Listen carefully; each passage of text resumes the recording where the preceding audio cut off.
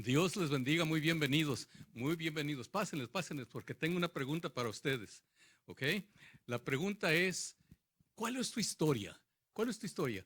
Todos tenemos una historia de cómo Dios nos salvó y lo que ha hecho por nosotros, de dónde veníamos, de dónde hemos venido, la trayectoria de nuestra vida. Y algunos son muy interesantes. Para cada quien es muy interesante porque es, es mi vida, ¿verdad? Tengo una amiga armenia, que nació y se crió en el Líbano. La historia de ella es que de niña, cuando iba a la escuela, por causa de las guerras que tenían, en un tiempo el Líbano fue como el Mediterráneo, como las playas de Francia. Pero ya que empezó la guerra y la revolución y todo eso, había bombas, había um, francotiradores, había de todos. Y los niños, para ir a la escuela, tenían que irse escondiendo de un edificio a otro, por detrás de los carros hasta llegar a la escuela. Y en la escuela a veces bombardeaban también. Tiene una historia muy interesante de su vida. Logró venir a los Estados Unidos y logró superarse. Se casó con un hombre que era abogado y tenían su buffet y todo. Y muy bonita familia, pero un sábado por la mañana estaban en la cama y entraron los niños y los niños estaban jugando en la cama donde ellos estaban acostados y todos muy alegres, muy contentos, cuando al esposo le dio un infarto, un ataque al corazón, y ahí mismo murió, con los hijos alrededor y encima de él. Impactante, ¿no? Además de todas las demás cosas que le habían sucedido para llegar hasta de repente, ya cuando había logrado algo bueno, su mundo se desbarató. Pero sigue adelante porque es cristiana, conoce al Señor y depende del Señor. ¿Cuál es la historia tuya? Yo te pudiera contar la mía. La mía es un poco aburrido porque nací y crecí en la iglesia y casi nunca he hecho nada. Aparte de servir al Señor y predicar y cantar y todo lo que hace uno en la iglesia, en el ministerio. Pero les quiero platicar esta mañana acerca de un príncipe, la historia de él. La historia de este príncipe le titulamos El Príncipe Lisiado. Este príncipe nació, era el nieto del juez. Es que cuando muriera el rey, entonces el papá hubiera sido el rey y después del papá le tocaba a él. Es que nació con todas las comodidades, tenía sus caballos y todos los juguetes necesarios, la mejor comida, todo lo que un niño pudiera querer.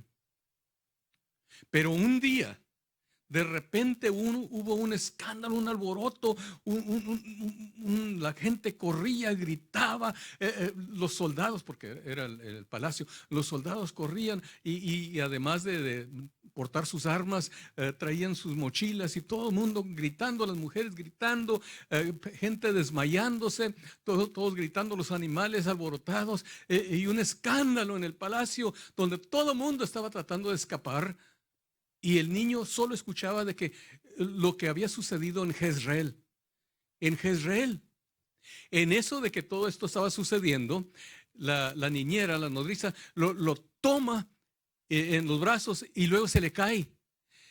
Cuando se le cayó, se le lastimaron los dos pies y así quedó el resto de su vida. Quedó lisiado. Pero la cosa es, ¿por qué hubo todo ese tumulto, todo ese escándalo, esa conmoción? ¿Qué es lo que había pasado en Jezreel? Lo que había pasado es que el abuelo, el rey, se había apartado de Dios, se había alejado de Dios, se había puesto en el lugar de Dios. El abuelo, Saúl, había empezado muy bien. De joven, andaba trabajando, buscando los asnos de su papá, cuando se encontró con el profeta Samuel, el profeta de Israel, que lo ungió para ser rey. Lo ungió para ser rey. Nunca habían tenido rey. Él fue el primero. Pero era tan humilde. Era tan humilde que no le dijo a la familia, no le decía a nadie. No se sentía que era para él. Pero con el tiempo, ya que lo ungieron y ya ascendió a ser el rey, se le fue, como dijéramos, se fue sintiendo muy en su lugar y con el tiempo ya se hizo más arrogante, orgulloso, hasta corajudo, tanto así que le entró un espíritu maligno. Se había volteado contra Dios tanto que Dios le mandó el espíritu maligno que lo atormentara. Y de pronto se enojaba y le tiraba la lanza a David, porque él tenía mucha envidia a David. Y hasta su propio hijo, Jonatán, trató de matarlo. Aparentemente no era muy bueno con la lanza porque nunca les dio. Pero, pero se le entraba este espíritu feo. Tanto así que por fin el espíritu de Dios se apartó de él. Qué triste. Qué triste para este príncipe, este niño. ¿Por qué? Porque el abuelo estaba poniendo el cimiento para la vida y el futuro de las generaciones venideras. Este niño hubiera crecido con todos los lujos y todos los beneficios de la realidad, pero se perdió todo en un día. ¿Por qué? Porque el abuelo se apartó de Dios. Tanto así que cuando se encontraba tan angustiado y necesitaba guianza, en vez de arrepentirse y ir con Dios, Saúl el rey, el abuelo, fue y buscó a una bruja, consultó a una bruja. Ahora sabemos que la brujería no es de Dios. Cuando llaman espíritus o gente de antecedentes pasados, es un espíritu maligno que toma su lugar y habla por ellos. Pero en esta ocasión, Dios mandó al profeta Samuel que regresara. Y el profeta le dijo, se te pasó la mano. Ya el Espíritu de Dios se apartó de ti. Dios te ha abandonado. Queda solo. ¿Qué legado le estaba dejando a su hijo y a sus nietos y a las generaciones venideras? Salió a la batalla Saúl. En el monte de Gilboa hubo gran batalla y como ya no tenían el apoyo de Dios, la fuerza de Dios, perdieron terriblemente. Muchos murieron, tanto así que Saúl fue herido y corrió al valle de Jezreel. Mientras el hijo de Saúl, el papá del niño, también murió. Y todos los hermanos, todos los tíos, todos murieron porque se había apartado el Espíritu de Dios de esa familia por lo que el abuelo había hecho. El abuelo, cuando se vio herido, le pidió a su ayudante, dice, toma mi espada y mátame. El ayudante no quiso, tuvo temor de Dios, tenía más sentido común que Saúl. Entonces Saúl tomó su propia espada, se cayó sobre ella y murió por suicidio. Por suicidio. Yo sé que eso suscita algunas preguntas. ¿Qué pasa con la gente que se suicida? ¿Van al cielo o qué pasa? Hace muchos años, cuando yo era joven, predicador joven, tenía la respuesta. Tenía muchas respuestas. Ahora no sé. Lo único que sé es que Dios es grande, Dios es misericordioso, Dios conoce el corazón, Dios sabe todas las cosas.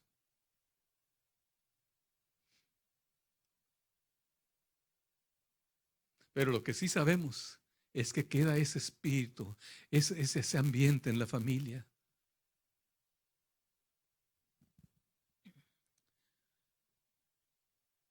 Ahora encontramos a Mefiboset, así se llamaba el niño, que ya ha crecido. El abuelo era un hombre más alto que cualquier otra persona en Israel, cualquier otro hombre, y bien parecido. Tal vez el nieto era igual, alto. Pero ahora, como era el único sobreviviente de la casa de Saúl, vivía escondido. Vivía en un lugar que se llamaba Lodibar. Lodibar quiere decir no hay pasto. En otras palabras, hay necesidad, hay escasez, hay hambre, no hay nada. Vivía como fugitivo. El rey David, que había sido muy amigo con el padre de este príncipe, ya que estaba bien asentado en su trono, el rey David preguntó, ¿no habrá algún descendiente de mi gran amigo Jonatán para hacerle algún bien por amor a mi amigo Jonatán? Había uno que se llamaba Ziba. Ziba dijo, yo conozco a uno, el último que queda. Se llama Mefiboset y vive allá en Lodibar. Todos necesitamos un amigo como Ziba, que nos mencione ante el rey, que nos lleve al rey. Ziba fue y trajo a Mefiboset. Es un tipo del Espíritu Santo que es el que nos busca, nos conoce, sabe dónde estamos, sabe nuestra condición, conoce muy bien Lodibar, va por nosotros y nos trae a la presencia del Rey que nos quiere hacer bien. Una cosa, cuando David mandó llamar a Mefiboset, una cosa que tenemos que aprender, hay que aprender algo aquí. Cuando el rey te manda a llamar, no es invitación. No es invitación. Hay que quitarnos eso de la mente, de que Dios nos invita. Dios no nos invita. Es un citatorio. Es un citatorio. Hay que obedecer. Cuando Pedro se levantó para predicar después del día del Pentecostés, en el capítulo 4 de Hechos, dijo, no hay otro nombre dado a los hombres por el cual se ha traducido podamos ser salvos. Pero esa palabra es mucho más fuerte. Originalmente es tan fuerte que se puede traducir, es una orden. No es podamos ser salvos, sino debemos ser salvos. Debemos ser salvos. Tienes que ser salvo. Es una orden. Es una orden. Para eso vino a Jesucristo a morir por tus pecados, y cuando te manda a llamar no es una invitación, es una orden. Nos dice San Pablo en Efesios después que le está escribiendo a la iglesia y les dice, antes eran hijos de ¿qué? De desobediencia. Cuando uno atiende al llamado, acepta lo que llamamos la invitación, responde al citatorio de venir al rey, obedecemos. Cualquiera que no ha aceptado al rey, que no acepta el llamado del rey, está en desobediencia. Y tiene todos los problemas de una persona desobediente. Es algo que hemos nombrado mal. Decimos, hubo una invitación al altar, hubo una invitación a recibir a Cristo. No, no es invitación, es un mandamiento, es una orden.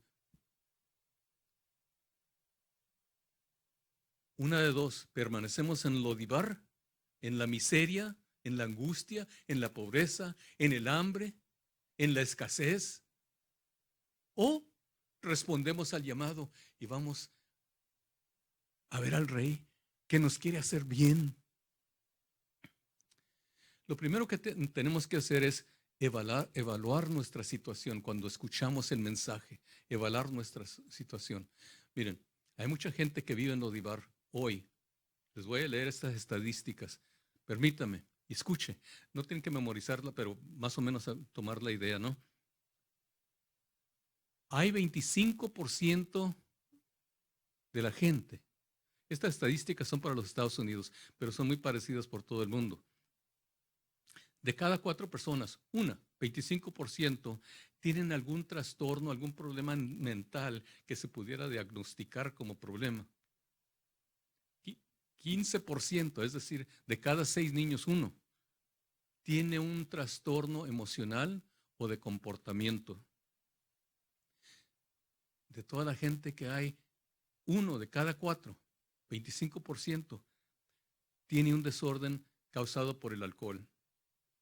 Esto es algo que no sabía yo. 60% de todos los varones y 40% de todas las mujeres usan pornografía. Wow. 10% de cada 10 personas, una abusa de los medicamentos con receta. 64,000 personas mueren cada año de una sobredosis de drogas. Son 175 por día. Eso en Estados Unidos. Esto es lo más triste. 117 personas al día cometen suicidio. Lodibar es tan terrible ese lugar que ya no aguantan la escasez, el hambre, la pobreza, la miseria, las emociones fuera de control, que cometen suicidio. 40% de todos los matrimonios, de cada 10, 4 terminan en divorcio. Una de cada 3 niñas va a ser agredida sexualmente antes de la edad de 18 años. Y uno en cada 4 niños también. De todos los nacimientos que hay, de todas las personas que nacen, solo 33%, uno de cada 3, va a permanecer con el padre y madre que les dieron luz hasta la edad de 18 años. Es decir, crecen ya sea sin la madre o sin el padre. 2,000 niños sufren abuso físico todos los días. En Los Ángeles hay un tribunal que se llama Tribunal de Niños. Son 5 pisos, 8 cortes, 8 tribunales en cada piso. Son 40. Y todos los días está lleno de niños confundidos, llorando, perdidos. Sus vidas fuera de control, no por algo que ellos hicieron, sino por la situación en Lodibar donde viven. No hay nadie que trabaja allí o que ha trabajado ahí que no sale llorando. Cada minuto, hay 24 gentes que sufren alguna violencia intrafamiliar en la casa. Y lo más triste de todo es que estas estadísticas son más o menos igual dentro de la iglesia. Hay mucha gente que vive en Lodibar. Mucha gente está en Lodibar. Hay que tomar una decisión, evaluar nuestra situación. ¿Dónde estoy? ¿Qué estoy haciendo aquí? ¿Cómo es mi vida? Y luego tomar una decisión y tomar un riesgo. Mefiboset se arriesgó cuando fue a ver al rey, porque se acostumbraba que cuando había cambio de reyes, mataban a todos los descendientes del rey para que no quedara ni uno, no fuera a hacer que se levantara para rebelarse contra el rey. Por eso vivía como fugitivo. ¿De qué vivía? Sabrá Dios. Porque tenía tierras que le pertenecían a él. Comía tierra. Hay gente que come tierra. No digo literalmente, pero su vida parece que comen tierra. Pero miren, en Corintios, 1 de Corintios, capítulo 6, les voy a leer esto. Le está hablando a la iglesia. Les dice, ¿no saben que los injustos no heredarán el reino de Dios? No se engañen. que ni los inmorales sexuales, ni los idólatras, ni los adúlteros, ni los afeminados, ni los homosexuales, ni los ladrones, ni los ávaros, ni los borrachos, ni los calumniadores, ni los estafadores heredarán el reino de Dios. Y luego le habla a la iglesia, y esto eran ustedes. Ese es Lodibar, eso es Lodibar. Pero ahí Dios lo sacó porque sigue diciendo, pero ya han sido lavados, pero ya son santificados en el nombre del Señor Jesucristo y en el Espíritu de nuestro Dios. Dios tiene tanto para ti que lo tienes que compartir. Nos dice Jeremías, porque yo sé los planes que tengo acerca de ustedes, dice el Señor, planes de bienestar y no de mal, para darles porvenir y esperanza. Y en San Lucas dice, Jesús mismo nos dijo, ay niños que están en Lodibar, no teman manada pequeña, porque a su Padre le ha placido darles el reino. ¡Darles el reino! ¿Cuál es el reino? En Romanos nos dice, porque el reino de Dios no es comida ni bebida, sino justicia, paz y gozo en el Espíritu Santo. Pero estoy pobre, paz y gozo en medio de la pobreza. Pero estoy enfermo, paz y gozo en medio de la enfermedad. Pero mis hijos están perdidos, paz y gozo en el Espíritu Santo, porque sabemos que Dios es bueno y cumple sus promesas. Nos sigue diciendo en Romanos capítulo 15, que el Dios de esperanza, los llene de todo gozo y paz en el creer, para que abunden en la esperanza por el poder del Espíritu Santo. Tal vez usted dice, pero ya es demasiado tarde. He estado en Lodibar ya por generaciones, desde que mi abuelo y mi padre y mis tíos, y ahora yo. Pero profeta Joel capítulo 2 nos dice, Dios hablando, yo les restituiré los años que comieron la oruga, el pulgón, el saltón y la lagosta. Dios restaurará lo que perdiste allá en Lodibar.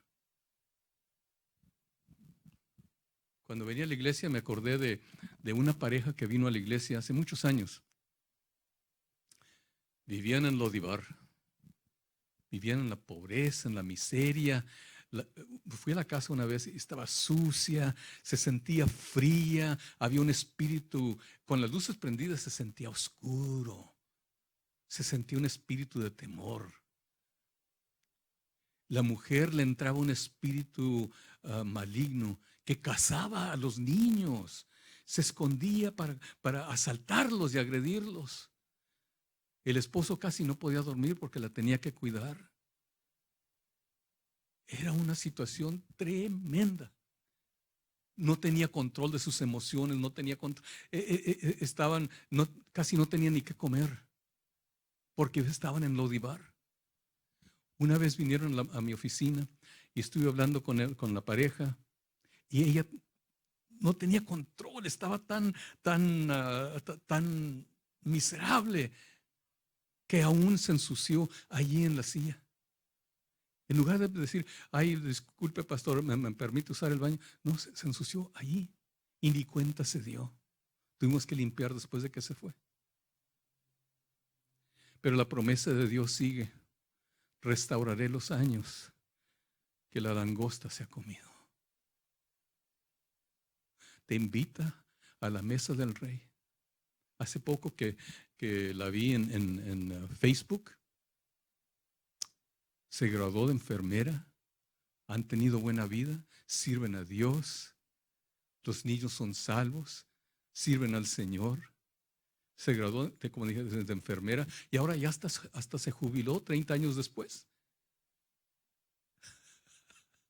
Dios es grande y te invita a la mesa del rey, a un banquete. No es invitación, es mandamiento. Y aún de cristianos, aún de creyentes, hay muchos que viven muy cerca de Lodibar. Una vida sin alegría, sin gozo, sin alabanza. Estamos viviendo día tras día marchando hacia la tumba y nada cambia. Dios te quiere dar un banquete. Tiene planes para ti, para hacerte bien y no mal.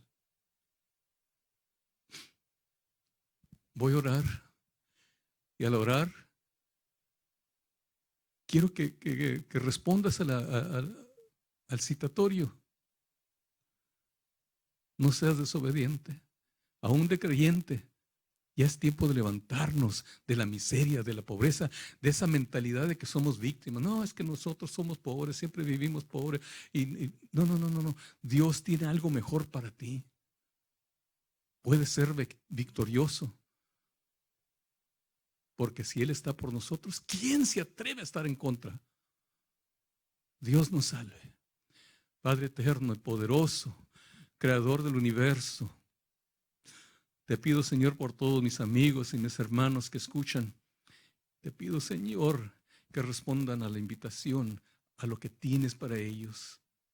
Recíbelo, Señor. A veces venimos en garras, venimos miserables. Pero tú eres grande en misericordia y en amor. Bendícelo, Señor. Toca sus vidas. Cuando tomen esa decisión de vivir para ti y aceptar tu plenitud y el gozo del Señor, dales victoria en su vida, Señor. Que coman y coman hasta hartarse en el banquete que has preparado para ellos. Te pido en el nombre del Padre, del Hijo y del Espíritu Santo. Amén y amén.